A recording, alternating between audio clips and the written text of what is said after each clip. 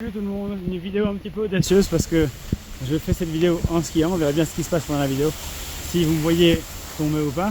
Et c'est précisément le sens de cette troisième vidéo qui consiste à rappeler que, comme dans le ski, c'est sensiblement la même chose dans la vraie vie.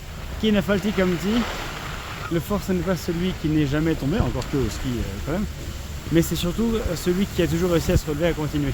Parce que au ski par exemple, parfois à force de vouloir ne jamais tomber, parfois on est obligé dans cette quête d'équilibre d'être entre le moment où c'est stable et le moment où on perd cette stabilité. C'est ça, c'est dans cette quête de vitesse, la vie est en mouvement en permanence, on est entre la vitesse et la stabilité. Donc parfois le seul moyen de pouvoir avancer durablement, c'est de prendre de la vitesse. Donc en fait, c'est pas celui qui avance dans la vie, ce n'est pas celui qui ne tombe jamais et qui est trop précautionneux, c'est celui qui tombe, qui sait qu'il va tomber, mais qui derrière, qui force pas forcément le trait pour tomber, mais en tout cas c'est celui qui derrière va toujours savoir se relever correctement.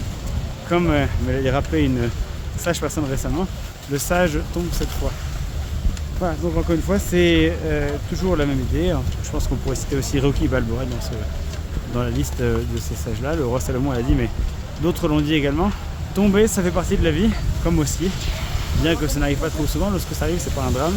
Ça n'est qu'une expérience supplémentaire, c'est nécessaire pour apprendre à mieux avancer dans la vie. À bientôt.